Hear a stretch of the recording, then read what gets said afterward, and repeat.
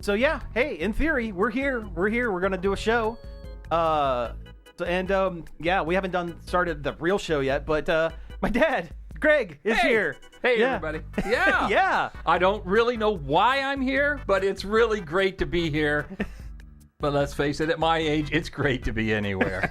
I'm thrilled with sunshine and little flowers. Well, there you go. Well, then we're good. Yeah. Yeah. This is your live video streaming debut, I think. It is. I don't know. How am I looking? I don't know. Should I have darkened? I don't know. Oh, no, you're good. Yeah. I just got the alert on my phone that we're live. Hey, there you go. All right, there we are. All right. Oh, a piranha plant fell down. Yeah, a lot of them did. I was stuff around here. Just barely tapped the amiibo corner, and about a dozen things fell off. So I started taping them down. I need to get back on that project of taping everything down. But should have Ellie come over and help. Oh yeah, she'll help me out so much. Oh boy, she'll have to inspect every single one individually. That's how my Funko cabinet. Oh yeah. Like if I just kind of bump it, like when I'm coming down the stairs or something, it. Tarkin falls into Darth Maul. Darth Maul falls into Vader. It's a whole thing. Yeah. You probably need up in your ears. I don't hear anything in my ears. How about that? Testing 1, 2. There we go. Is that good? Good levels? Good levels? Yes, no? Yeah, but I think this headset's dying because I only hear it on the left side. Yeah. That's up to Cody. I know, right? Yeah. You guys provide your own headphones.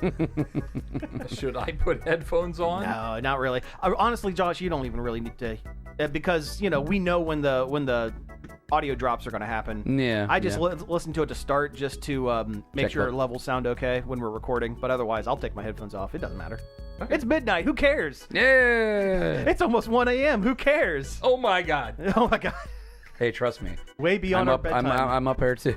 Yeah, we're getting there. I'm feeling it. We are all getting there. All right, so for anyone who's watching, we're going to go ahead and are we?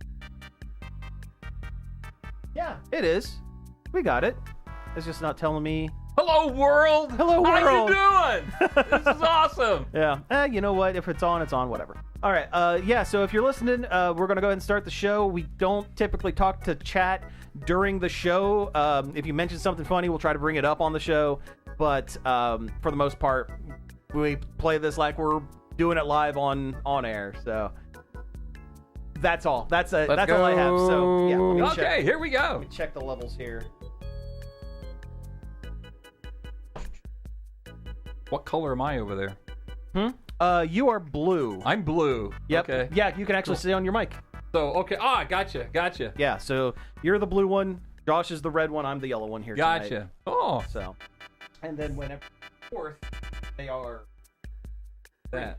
Okay. Anyway, all right. Let's do it here. All right. Do. And here we go, everybody.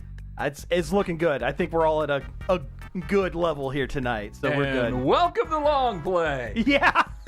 Hey, wait a minute. Wait a minute. What the Where hell? am I? What? Who are you? What? I'm not even supposed to be here. All right. So does anyone have... Josh, do you have an intro for the show? Yeah, sure. I got okay, it. you got one? Okay.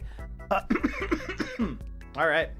Well, whenever you're ready, let's do this thing. Hey, everybody. Welcome to Nerd Overload, the pop and geek culture show where I had it and then I lost You it. had it and then you lost it. But I've got it. We could actually almost use that. I had it and then I lost it. Hey, everybody. Welcome to Nerd Overload, the pop and geek culture show that is on like Donkey Kong because Robo needs an Oreo.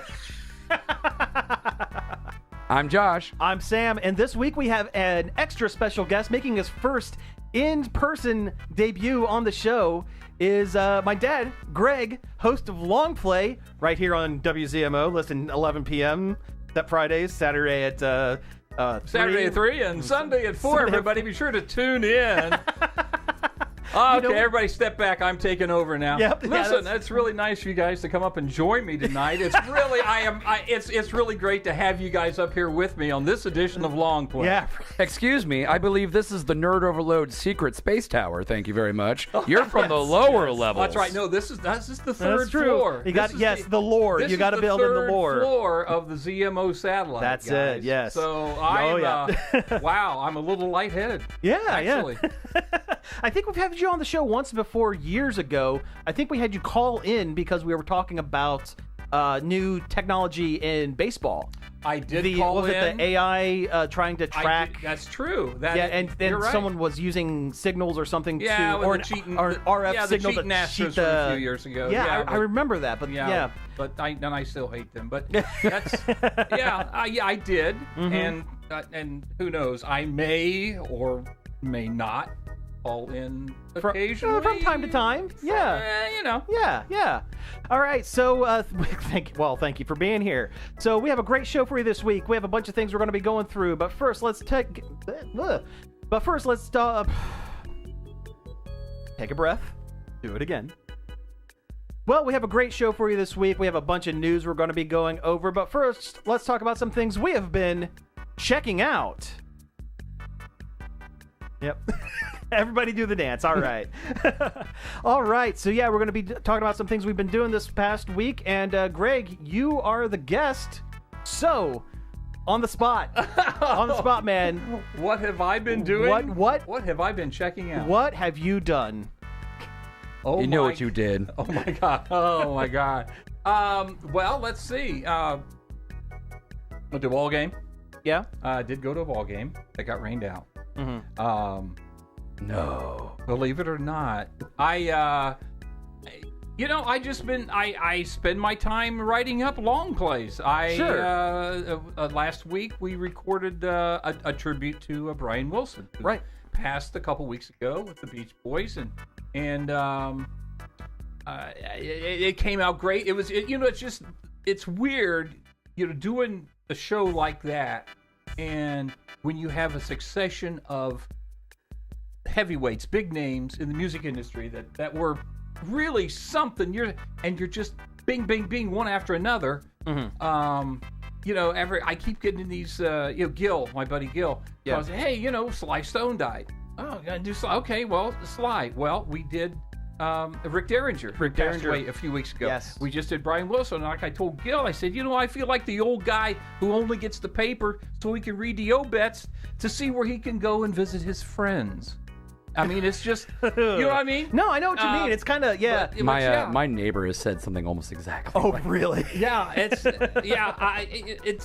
weird. But so anyway, we have been doing several tributes on Long Play. We have, yes. And I'm really, it's not to toot our own horn because it's basic. It's us. I produce it. And, sure. I'm the secret producer. You do have a different producer every week, but I'm in the background, kind of. Well, executive producer. Executive. Yeah, sure. But we've come out. I'll tell you what. We've cranked out some pretty good shows, and I'm very proud of every one of them that we've done.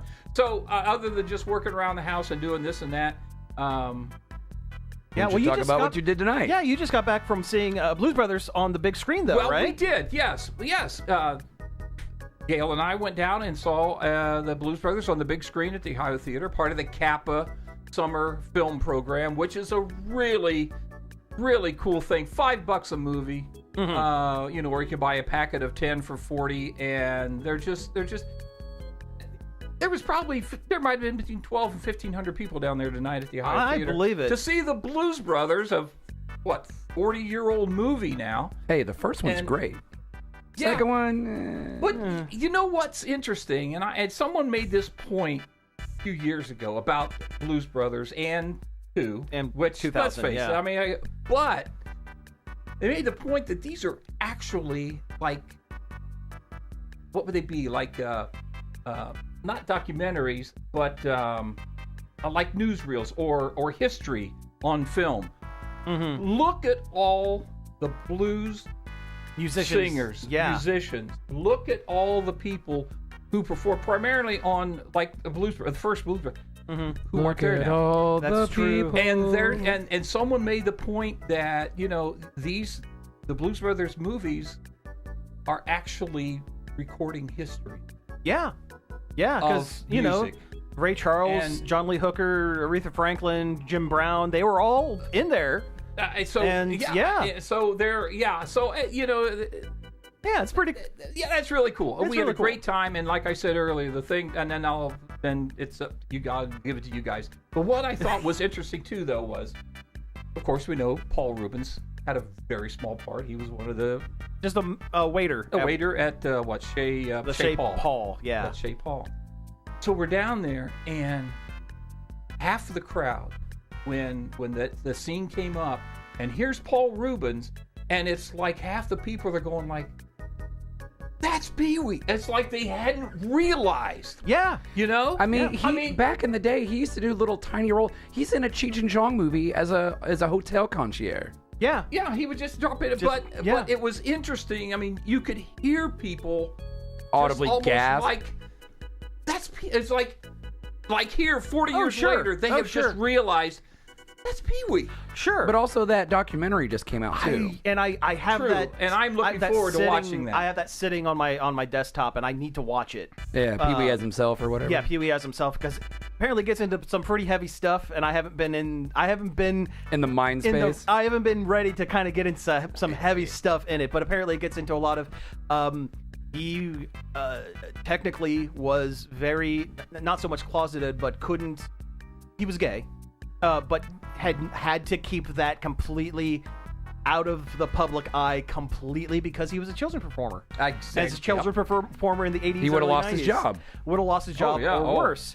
But no, there was one clip that I've seen from the Pee-wee's Pee-wee as himself documentary where this was all done like 6 months before he died. It's almost like Right. he had never done any kind of in-depth interview or anything like that. He always kept it light, being Pee-wee. Yeah, or it whatever. always seemed like he was On. always He was always on. He was always on, and this one is like when he's actually being Himself. Paul Rubens the human. Right. And there was one point where the clip that I saw, he was talking about, I met the love of my life, and I had to break it off because I was Pee-wee.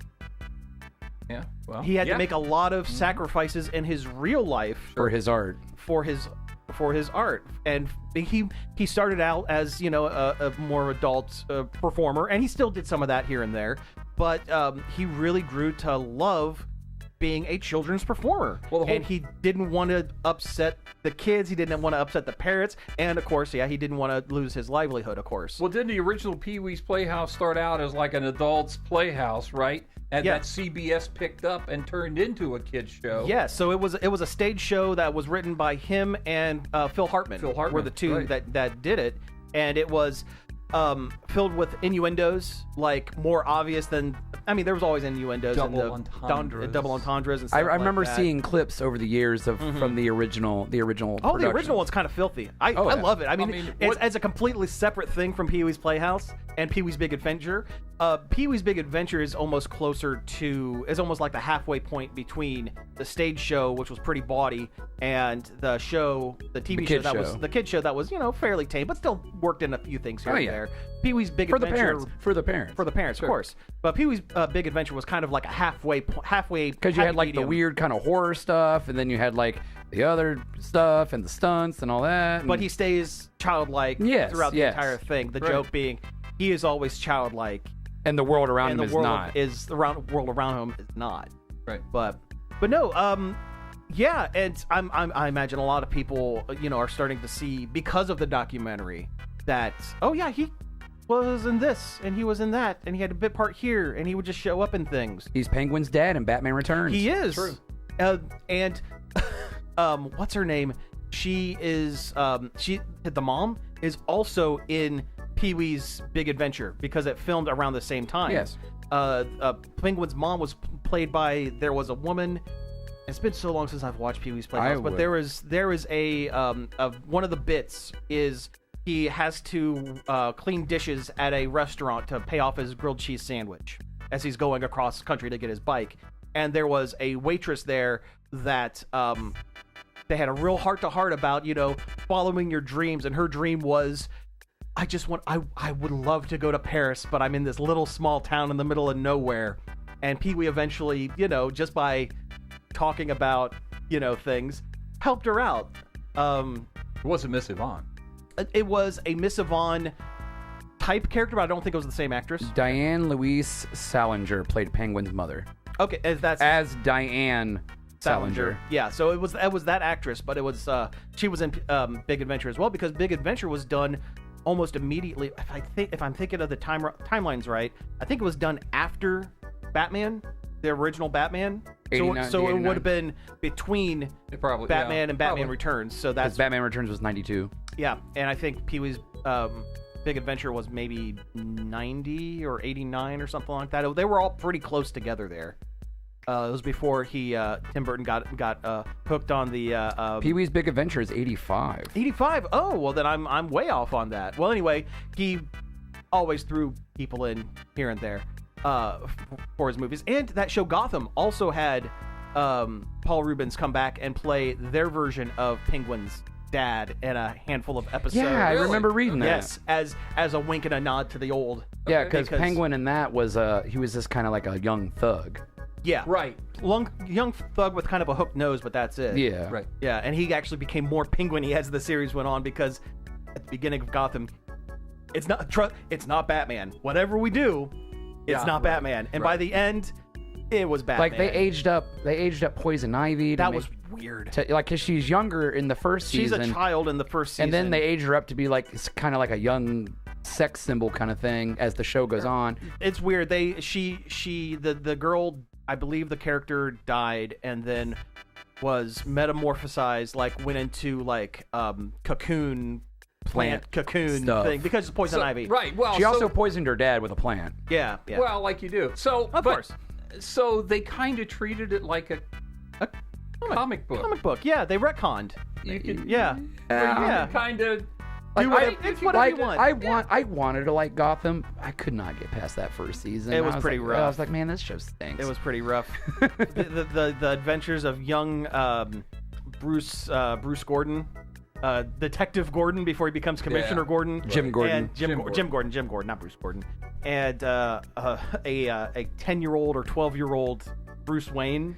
Like it when starts with the murder of Bruce Wayne's the very parents. first episode is the murder of the Waynes. Well, sure. They wow. How many times do those poor people have to die? I saw a supercut once, and it was like it was like 18. They keep trotting it out. Yeah, my favorite thing. I'm pretty much over the Batman. We know Batman's origin. We don't. I am over everyone's origin. The one thing I do like, there were a couple of people that go to cons, cosplayers, and they would cosplay as Thomas and Martha Wayne. And whenever they would see a Batman cosplayer at a convention, they would run up and go, "Son," and then drop and just flop on the ground. And there's so many pictures online of different Batmen with these two just going, "No!" It reminds me of this guy who did an Obi-Wan cosplay once, where he just took Jedi robes and just threw them on the floor with a lightsaber. Oh on yeah, that's I like that. Yeah, that's cool. Well, you know what? I've always had in the back of my head, I want to go to a convention as J. Jonah Jameson, and only get pictures of Spider-Man. Because you gotta get pictures of Spider-Man. That's right. Yeah. So yeah. All right. Well, getting into some things I've been doing. I've still been going back through and watching a bunch of classic movies. Just been on kind of that kick, and I rewatched RoboCop, 1985's RoboCop, or 86, because it was it's almost 40, like we are. Speak for yourself. I'm past there. That's true. I guess I am the young in here. Well, there's no need for me to say anything. Yeah. But no, went back and rewatched RoboCop, and I always knew it was a satire.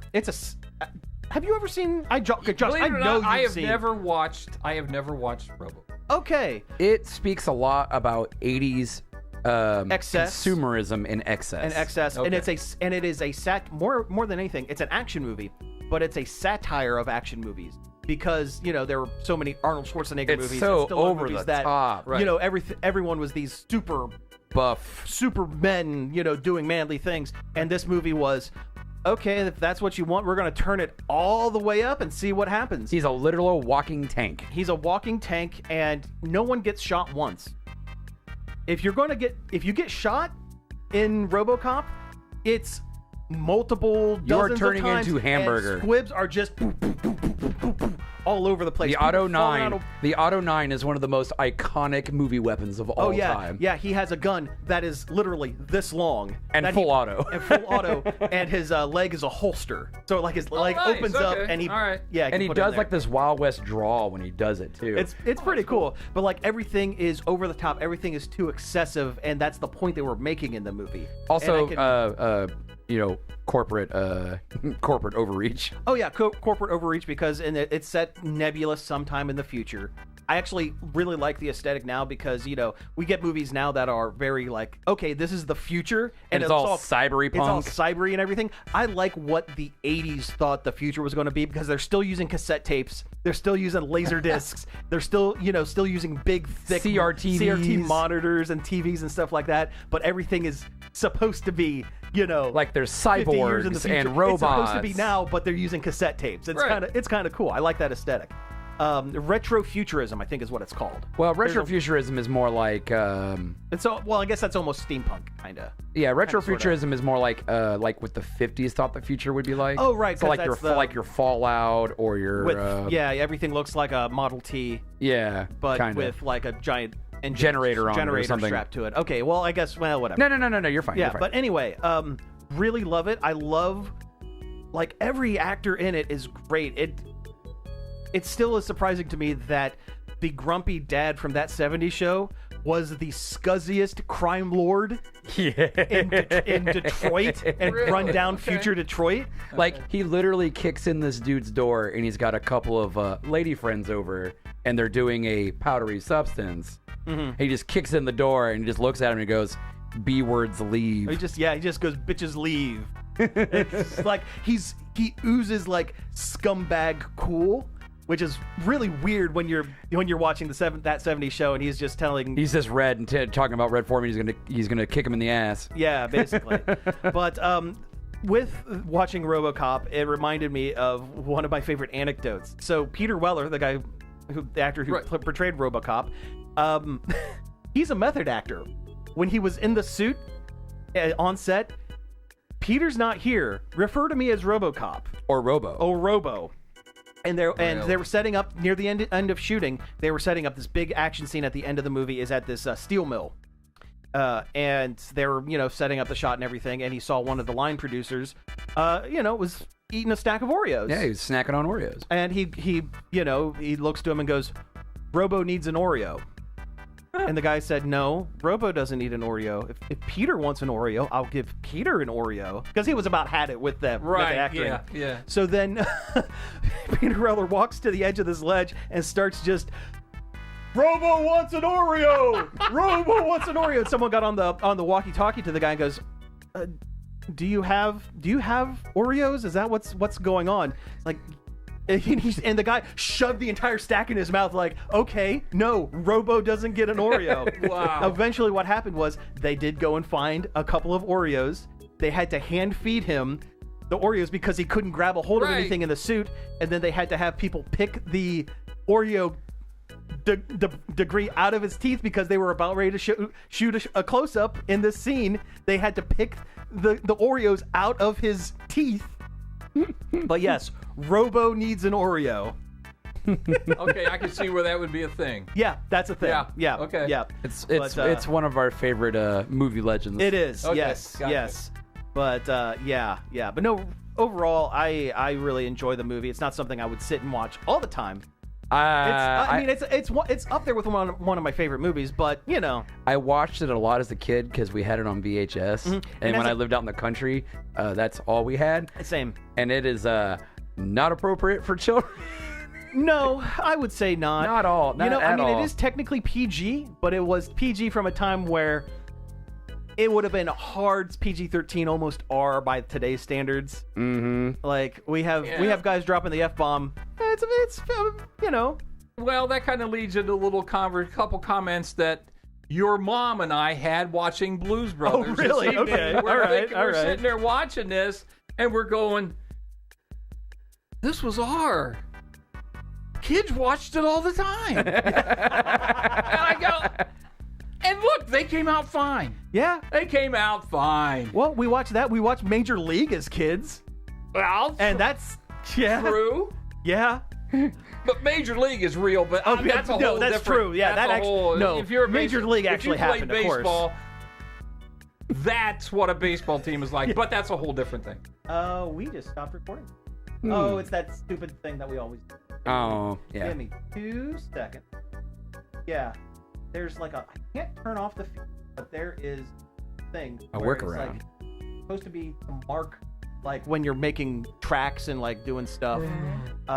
And if it's set on the recording, it will just stop wherever that mark is. And I can't turn that setting off. Okay. So I'm gonna play back. Can you move the mark like way further down the line? That's what I ended up doing. Oh, okay. And I don't know how it ended up. Because when I'm scrolling up and down, zooming in and out, I always have to click up here and making the mark right above it, like 2 pixels above it. And I will do that while I'm editing. Sometimes because it doesn't affect when I'm editing. Yeah. All right, I'm gonna play back where we were when we were talking.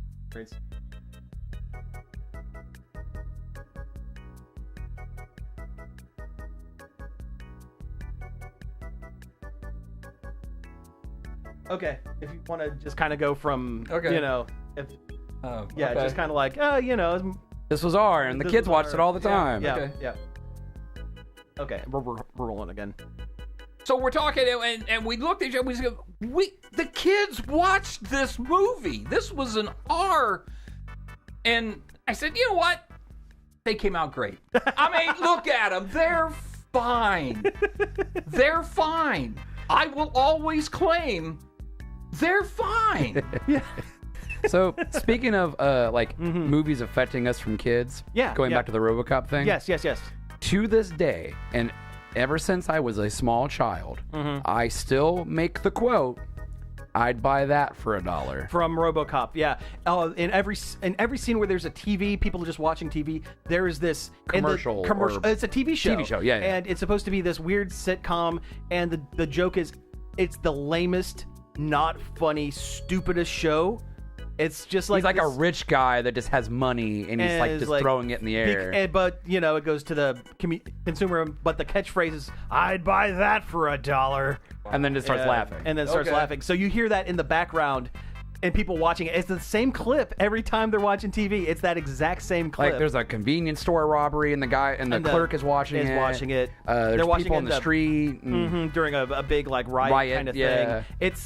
It's stupid, and the point was, this is stupid.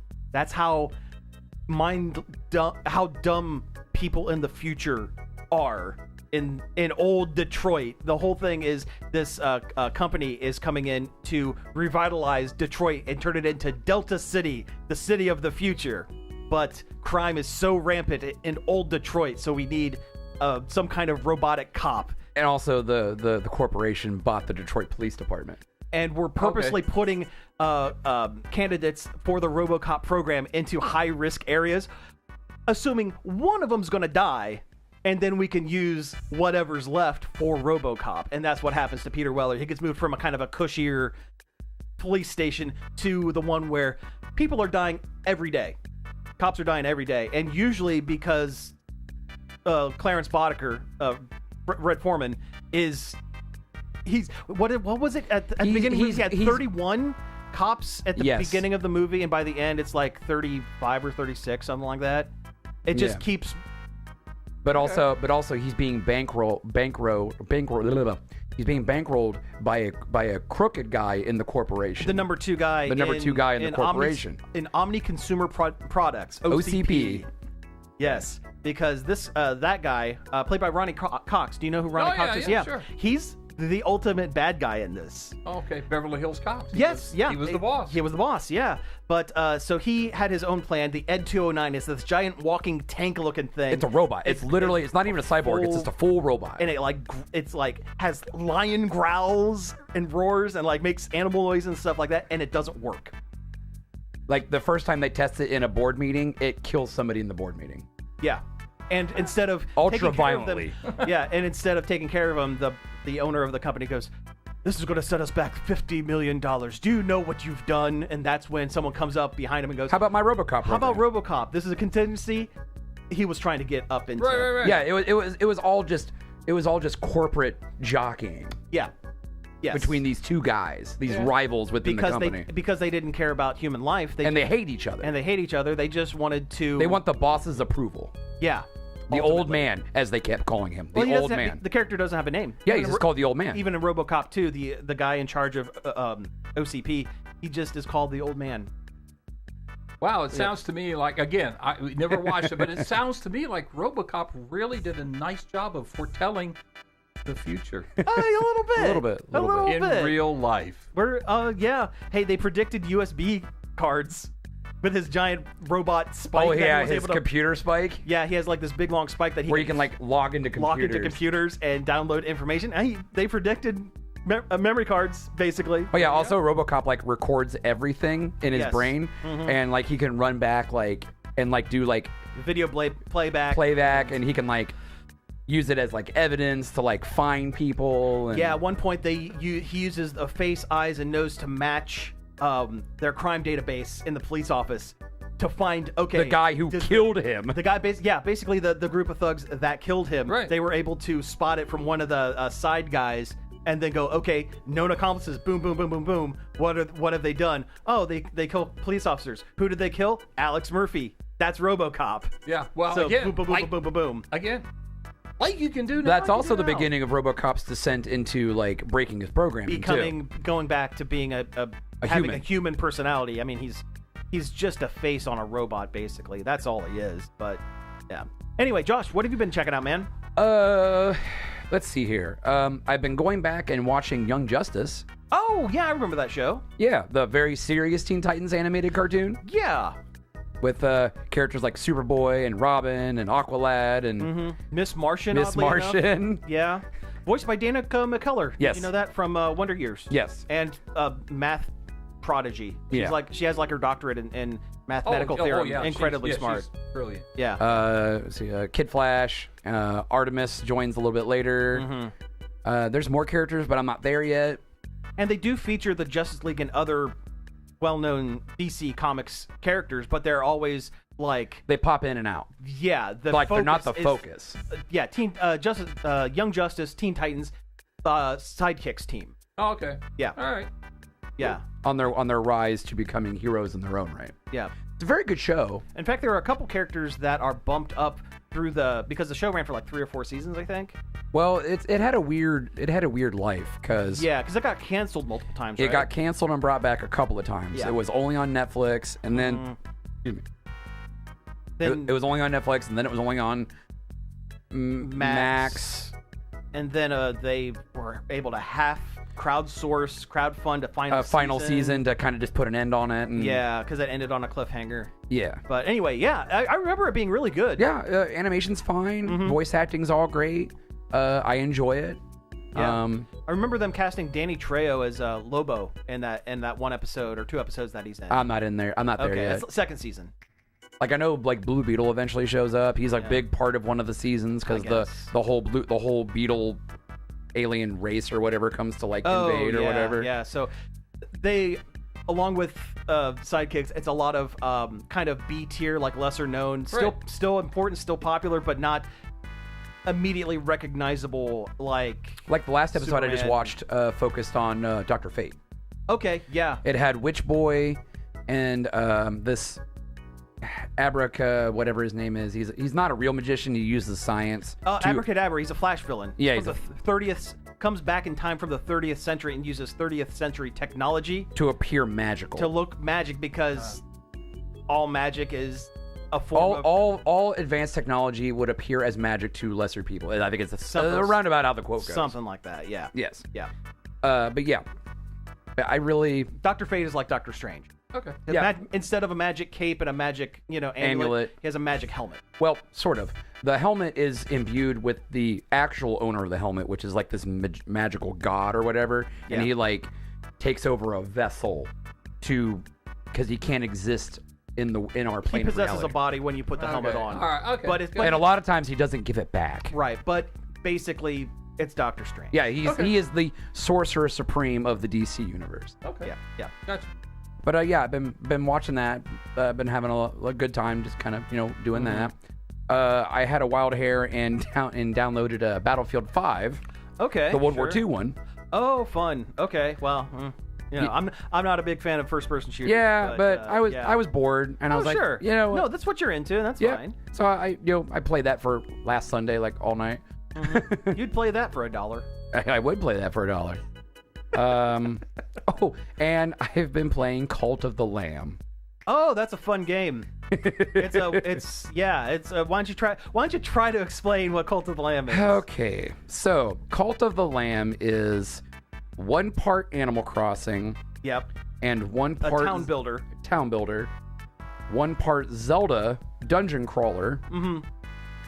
With Eldritch horror just drizzled all over it. But also really cute animation. Yes, cute little animals. When they're and horrible things happen to them. Yeah, so you're basically raising a town, but you're in the service of a dark god. You're a cult leader, basically, but you're this cute little lamb guy, anthropomorphic lamb thing walking around, and the gameplay loop is you go to the town, you set up all your things, you have your guys do things for you, collect resources, collect gold and wood and stuff like that, basically. And pray at the statue to give you energy or whatever. And then you go out and you clear dungeons to find more people to bring back to your town to convert them to more resources and bosses, and it levels you up and you can access other more things. Stuff. And it's a fun game, even if the cult stuff is a little... The premise is very dark and very niche. It's not my favorite, but the game itself is actually... It's a very solid game. And it doesn't... You can play it in short bursts. You don't have to... It's not one of those that you sit... There's not a long... There's a little bit of a story, but there's not a very long, drawn out, storyline to it. So you can pick it up for 30 minutes and go, okay, I think I'm good for a while. Save it and quit and move on. It's not one you have to sit for multiple hours to get to the next save point and the next part of the story or whatever. It's just, it's fluff. Yeah. It actually has on Twitch. There's actually it has built-in crowd control options. So Dad, you watched us on Twitch, so you do kind of know what Twitch is. Well, yeah. And I mean, it's used mostly for people who play video games, but talk about them, as it turns out. Yeah. Or sit in baby pools with bikinis on, because that technically gets around the YouTube or Twitch's no scantily clad streams. But if you're sitting in a pool or a hot tub, it's technically you've got to wear. Gotcha. That gets around their It's a loophole. Anyway, all this to say, so you say this is on Twitch? Yes, it is on Twitch. It is on Twitch. I did learn the other day that what you can and can't do. No, okay, this might get cut out of the show, but I did learn the other day that you can do a lot of stuff on Twitch and get away with it, but what you can't do is use your own butt as a green screen and project gameplay onto your butt on screen. Someone wore lime green booty shorts and had the camera zoomed into their butt the whole way, and then green screened in what they were playing on their butt.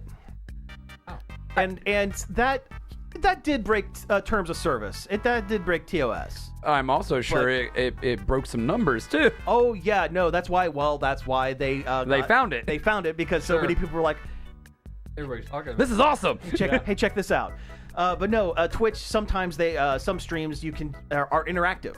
So like the people watching can also interact with, the game as it goes along. And you can have a lottery to have your little villager guys named after some of the screen names on Twitch.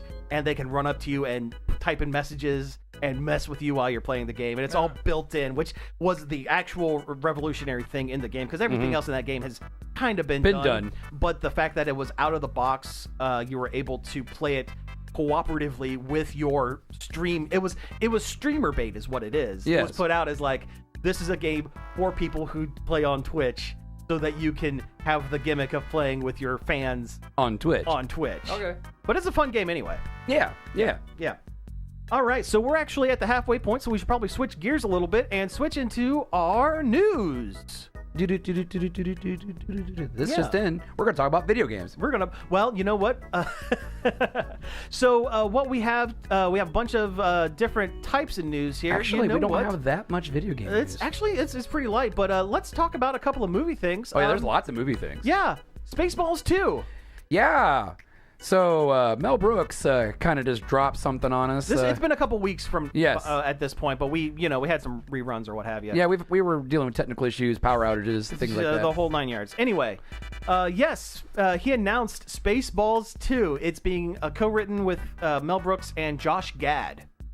The actor, okay. yeah. From I guess he's best known as from Hot Tub Time Machine. He's the young guy in the Hot Tub Time Machine. I guess. I know who Josh. Yeah. Even I Yeah. know who Josh And is. and it sounds like everybody's coming back for it. Everybody who's able to, Yes, everyone is coming who's back not- for it.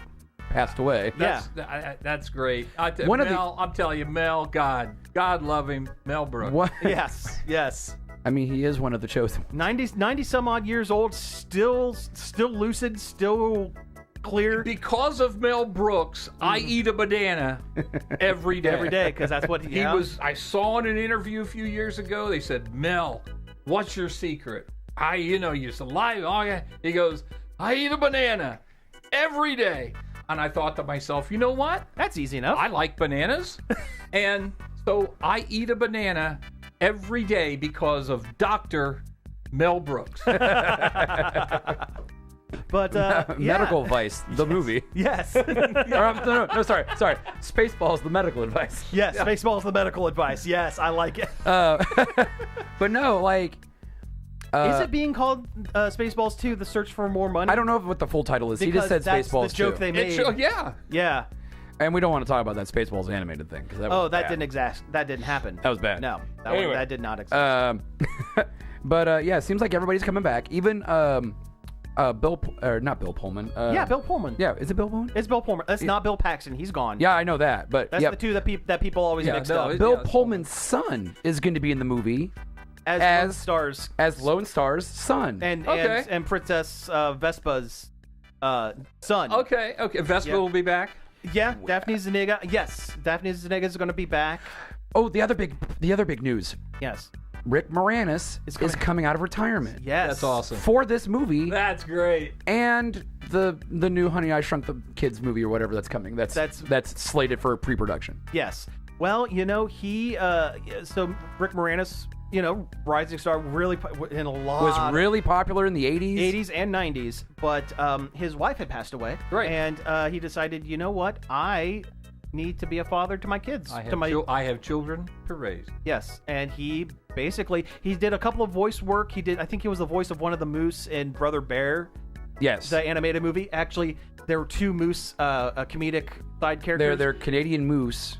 Yes, but it's Dave Thomas. Oh, and Doug and Bob. They're doing Doug and Bob McKenzie Bob as a McKenzie. couple of Canadian moose. Okay. Yeah, that's the whole bit. That's the whole That's bit. the whole bit. Cool. But no, other than that, he's really he actually put out a country album about 10 years ago. I remember The that. Neurotic Cowboy. I remember that.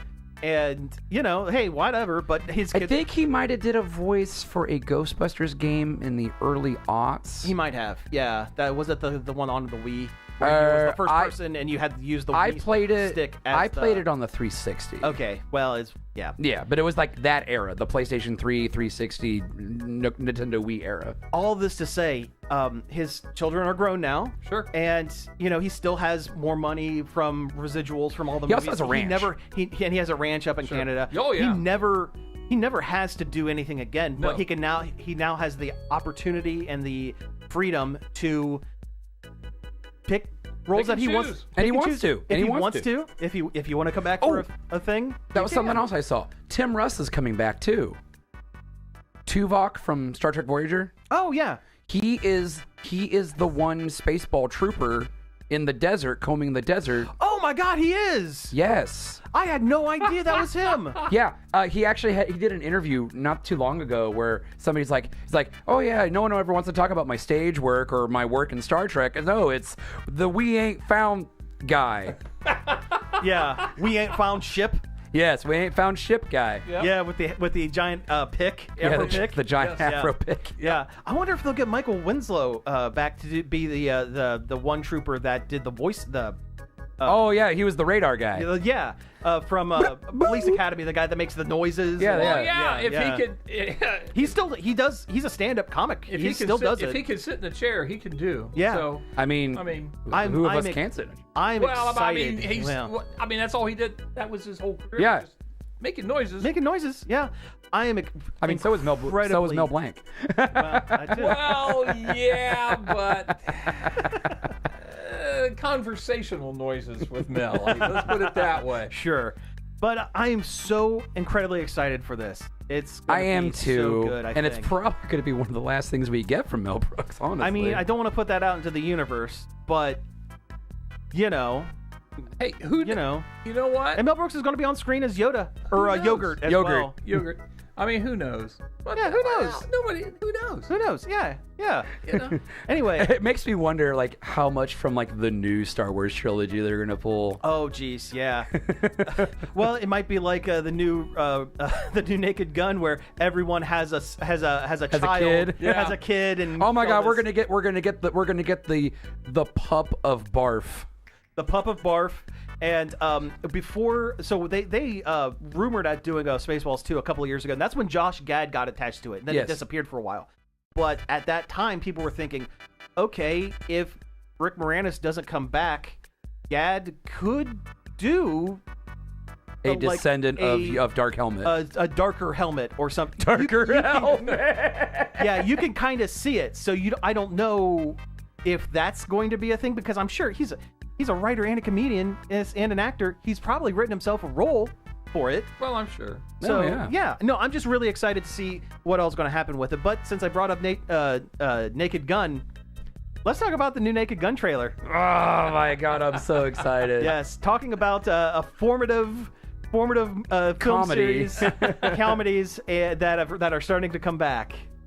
Now you have a real history with Naked Gun and the Police Squad. Yeah, we do actually. When Police Squad was on TV, there Yeah. was only 6 episodes were aired. My wife and I, and like 14 other people in the around the world, watched all 6 of those episodes. God, they were awesome. They are. They're awesome today. They're just, and we couldn't get enough. It's definitely my kind of humor. Puns Oh, and prop comedy. I'm there, man. Yeah, You know, yeah. look, I'm old, and we laughed and so to make it even better, they issued them on VHS tapes. So we were able to, because I remember growing up. like the 6 episodes came and went. It was like, what the hell was that? And so all of a sudden, here we see they're on tape. So we gobble up the tapes. We still have those old VHS tapes. You know, from it was like from back in the day. There were 2 tapes, and it was like 3 episodes per tape. Yeah, I think, and, because I remember being a kid and watching those. You were, yes. I was very young. I think it really explains a lot. When I think about it, you know, between you and your sister and just stuff. Yeah, no, it makes sense. Boy, the dominoes just fell right, You know, one after another. Naked Gun, Mel Brooks movies. No, Mel Brooks movies, Arrested Development. You could see the straight line drawn of our comedy as we grew up. Well, you know. and then, you know, I was always a Looney Tunes guy. Watched yes. We had that. It was like a Daffy Duck best of.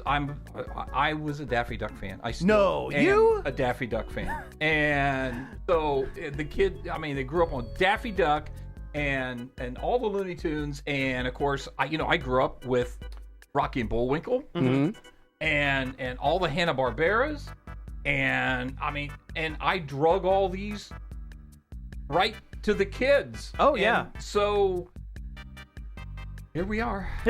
I remember when my mom and my stepdad first started dating, when we had moved back from California in the late 80s. We didn't have, cable television or anything like that, and because we couldn't access it. all the way on the other side of Big Island. Oh yeah, sure. We had an antenna on the house. Sure. And so my mom's boyfriend, who later became my stepdad, recorded a whole bunch of old cartoons on a tape. Like, just, I don't know how much. It felt like hours. Could have been, could have not been. I don't know. Yeah. But it was, As a kid, it felt like forever, probably. Yeah, it did. It was Flintstones. It was Yogi Bear. It was war era Looney Tunes. Stuff that you would see later on in like Boomerang or something. Yeah. If you were lucky enough for that. Or original Cartoon Network back when they played the original idea for Cartoon Network. Yes, old which was the golden age of cartoons. Early mornings during the summertime, Cartoon Network. It was Tom and Jerry, but it was Looney Tunes, Merry Melodies, stuff like that. Sure. Yeah, and we gobbled them up too. Yeah. I'm telling you, that's the one thing. Even though I'm old, but growing up through the '60s, look at the cartoons I grew up watching. Oh yeah, sure. Yeah.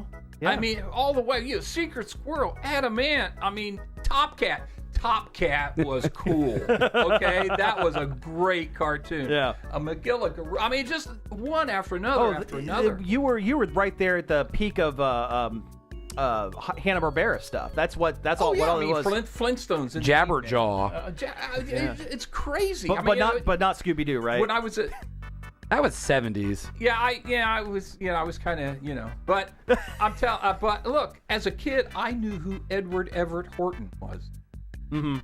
Because he was the voice of Fractured Fairy Tales. Oh yeah, he was the sleepy Rocky voice. And Bullwinkle. I mean, it was just a whole bunch of cool stuff. And the crowd cheered. Yay! Yeah. So anyway. Yeah. But no, Naked Gun, the new trailer with Liam Neeson and as the son of Frank Drebin, the son of Frank Drebin, and Pamela Anderson is the female lead, and that's great. She hasn't done anything in a while. No, but she still looks good. She still acts really. You know what? The time that she has taken off from being Pamela Anderson, she's actually kind of become a good actress. She's kind of I mean she's kind of to the point where she kind of she's leaning into the bit. Yeah, she's leaning into the bit. Yeah. And so I'm happy for her. To have this. She seems role. like she's in a really good place. There were some interviews with her that she seemed like she was just finally kind of not the in this she's a sex symbol and that's it. The barbed wire movie stripperella cartoon. That's being married to Tommy Lee. Yeah, but no, she just seems like she's really happy where she's at now, and which is good for her. She took the makeup off and relaxed. Yeah. You don't see her with makeup on in interviews anymore. She just and she's cool with it. Well, I was telling you the other day when we were talking about this, there are short videos on the Criterion Collection's YouTube channel where they have different actors and celebrities and whatnot go into their vault, basically their closet full of all of their like Criterion Collection are like hand-picked creme de la creme fancy movies, but then you also have Blues Brothers has a Criterion Collection. Like it's there. It's like that's not just like the it's not just Kurosawa films. It's not it's not just Seven Samurai and directors that like to smell their own farts, But she was on one of them, and she was just knew movie history and was just very comfortable going through and going, oh man, I love this one. Oh yeah, I love the actors in this. I remember watching this. Sure. She seems like she's in a good spot, which is great. That's great. Again, we're looking forward to the movie. I can't wait for it to come out. Man, when they did that take a seat joke and she walks out of the room with the chair. That is peak. The first time I saw that, I was sitting on my couch. I died. Well, I was like, oh my God. That's a Zucker Brothers joke. Oh yeah. Sure. That is. And now, absolutely. And I think one of them is working with, this is a Seth MacFarlane movie. Right. Which I still argue he is one of the few people that can get Liam Neeson, get him to do comedy and do it well. Also, say what you will about Seth MacFarlane, but when he cares about a project, it's great. The Orville was amazing. Yes. When he actually cares about what he's doing, when he's not just doing something for a paycheck. Like Family Guy or American Dad. At this point, Family Guy and American Dad. Yes. That's the first two seasons of Family Guy. Well, I don't even think he does writing for him anymore. I think he comes in on the weekend. And does Brian's voice, which is just his voice. He does Brian, Stewie, and I think Peter. Yeah. And then he gets his check and then goes home. And then he makes enough money with the stuff he doesn't really care about to go and do these passion projects. And this is clearly a passion project for him. Oh, absolutely. And what a time to be alive with these kind of comedies and stuff coming back. I never thought in the year of our Lord 2025 we were going to get a new Naked Gun. Yeah. All right, so we have time for one more news thing, and we kind of need to talk about the Donkey Kong Bonanza. You're right, we do. Yeah, we should talk about that. And so Donkey Kong Bonanza, the newest... which I never thought would ever happen. Yeah, I didn't think they would go back to Donkey Kong. So, you know what? What is your history with video games, Greg? I'm no good. That's okay. We're not either. It's okay. You're in good company. We had that. What was the Super Nintendo? We had Super Nintendo, and I could get I could get Donkey Kong through like the first one or two, but I could never get him to jump to something. Yeah, you always got stuck early on. I always got stuck early, and then I walked away. Yeah, and I walked away, and I haven't. Well, I remember I haven't been back. I remember a couple of times we played Ken Griffey Jr. All-Star Baseball. We did. Hey, that was a solid game. I had that. Yeah. We did. I'm before video game. Yeah. So there was some console that you actually mentioned. We actually did. We bought we got an Odyssey. Somehow we bought one of those Odysseys. Was Magnavox, I think. Magnavox, yeah. And I mean, it had a keyboard, and it had and their games were basically knockoffs. They had a game that was like Pac-Man. They had a game that was like Pong? Starfighter. Oh, Starfighter, yeah. Starfighter. They had a game that was like Tetris. They had a game. Casey Munchkin was the one that was Pac-Man. The Pac-Man. Yeah. They had a shoot 'em up, a Western guy. Anyway. Yeah, but it's very, very simplistic. We had it. I don't know who we gave it to, who we sold. It was just gone. Right. So for me, I'm not a big. Sure. I'm not a gamer. It's okay. I'm barely a gamer at this point, but anyway, Donkey Kong Bonanza. It is a new title. I wish it were a launch title for the Switch too, because the Nintendo Switch, they just rolled out their newest system. It's a higher quality version of their previous one. Better video, it can run better, that sort of thing. Better battery, this, Yes. that, and the other.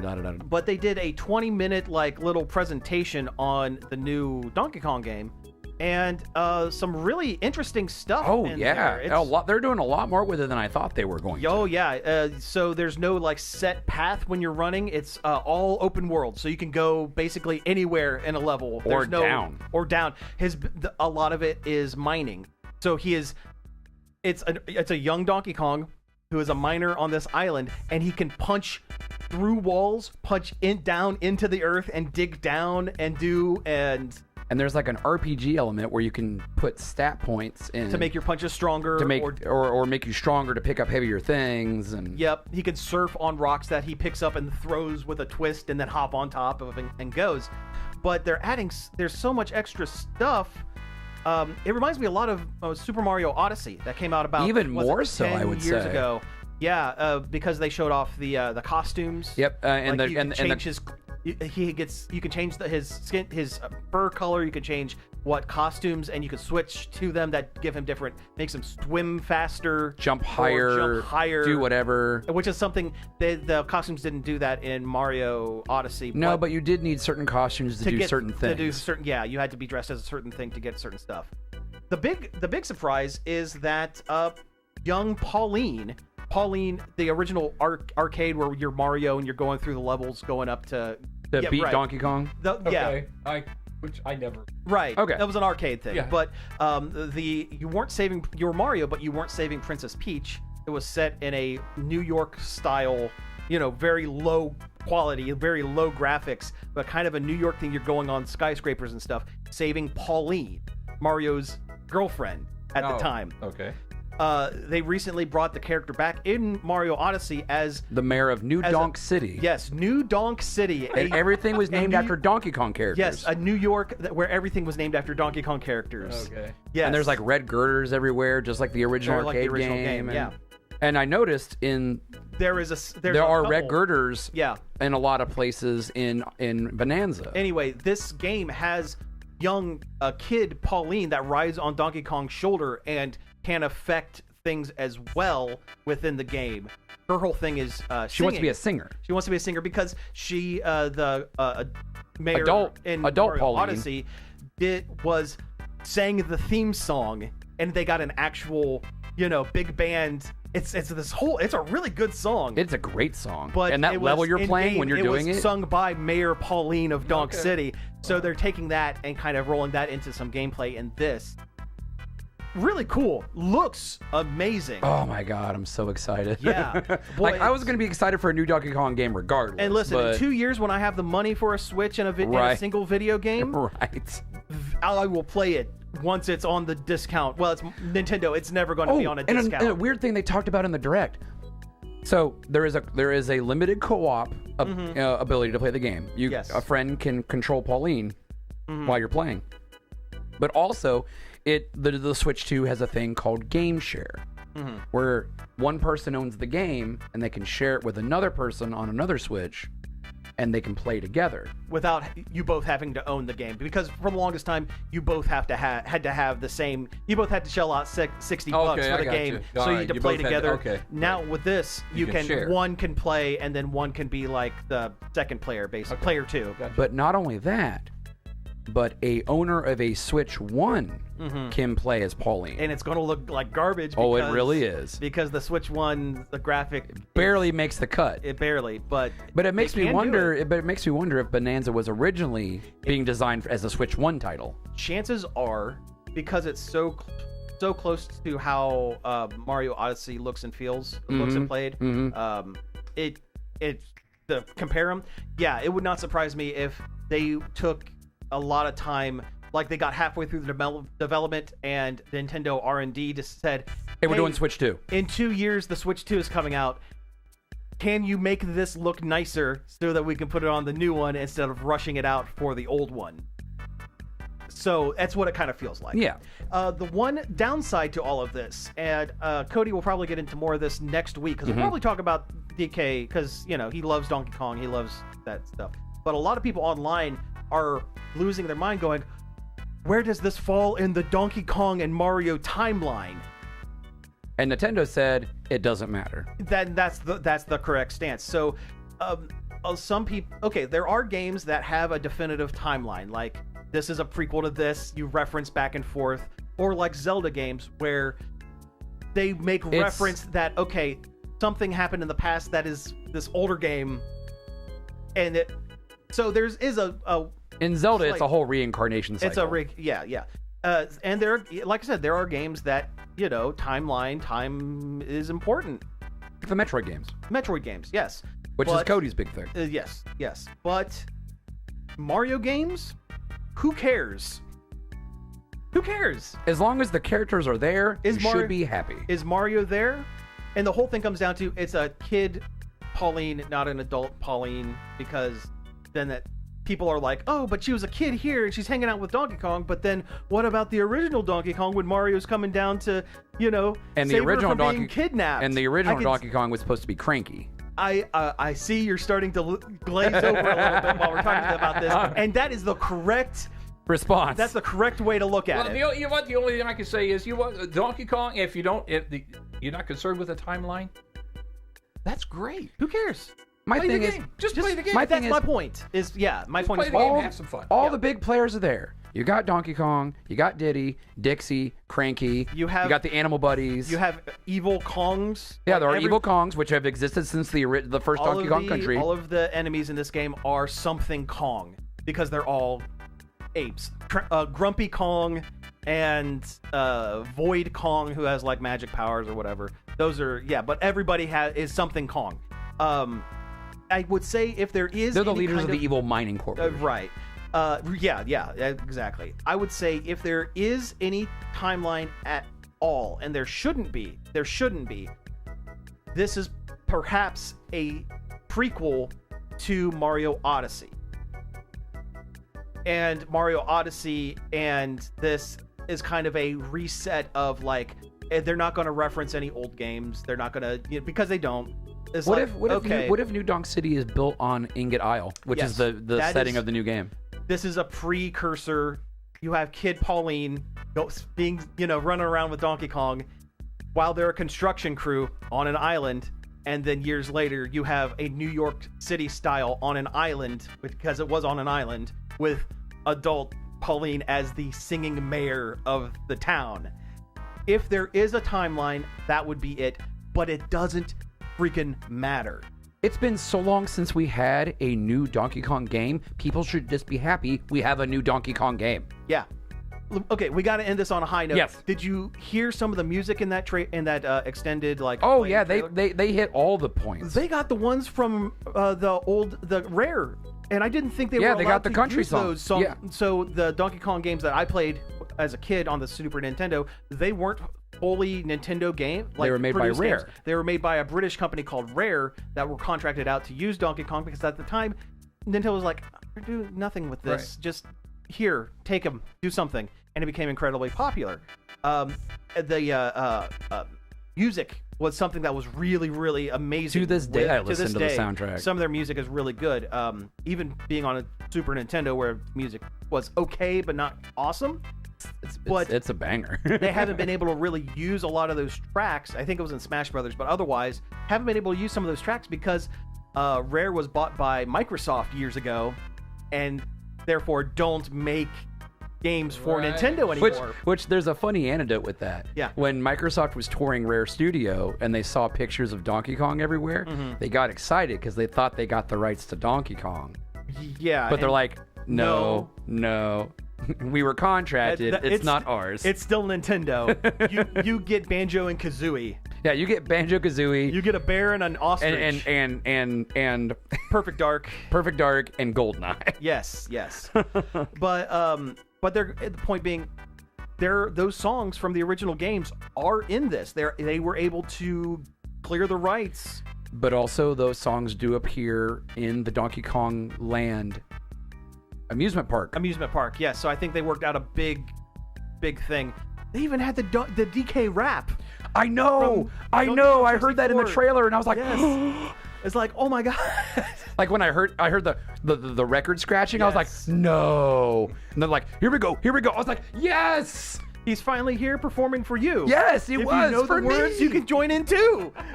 Donkey Kong 64. Yes. It was their intro before you hit play. If you let it run for a while, there was it was incredibly hokey, explaining what the game is and who the different characters are. It was like the worst, like, I am rapping it, I'm here to say, kind of awful. I'm singing this in a lyrical way. In a lyrical way, yeah. Awful. But terrible. But it's goofy. It's the right kind of bad. It's delicious. It's Yes. like bad food. Yes, it is junk food. Absolutely. It's junk food for my ears. Yes. So anyway, we have actually hit time for the week. So Greg, thank you again for being on the show. But guys, this has been an absolute honor. It really has. I've had a great time.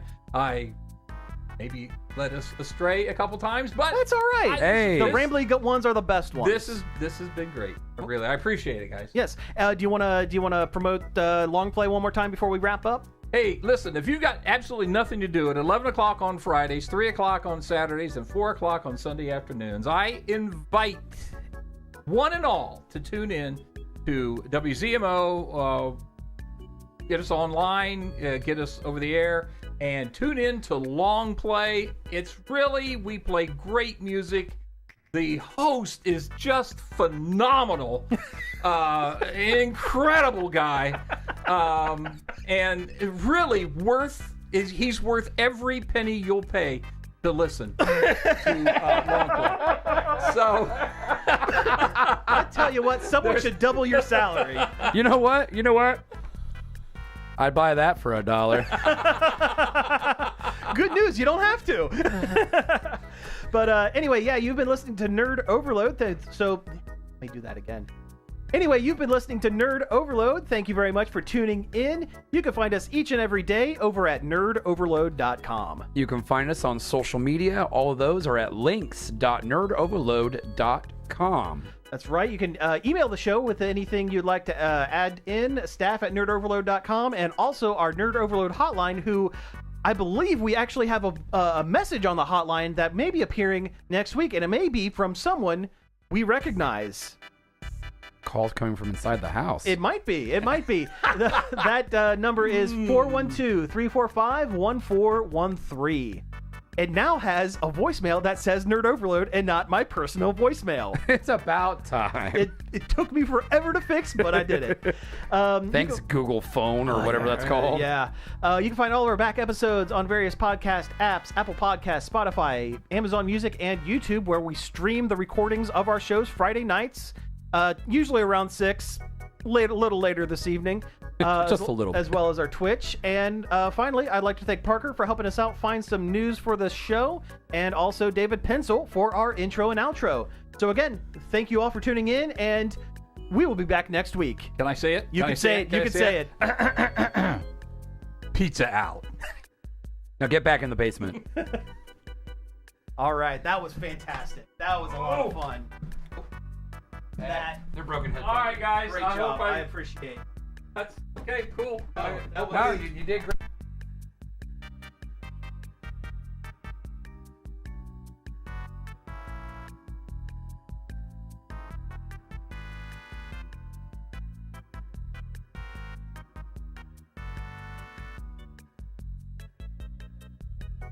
We're still streaming. Oops. Okay. Yeah. See ya. Wave at the camera. Bye. Bye.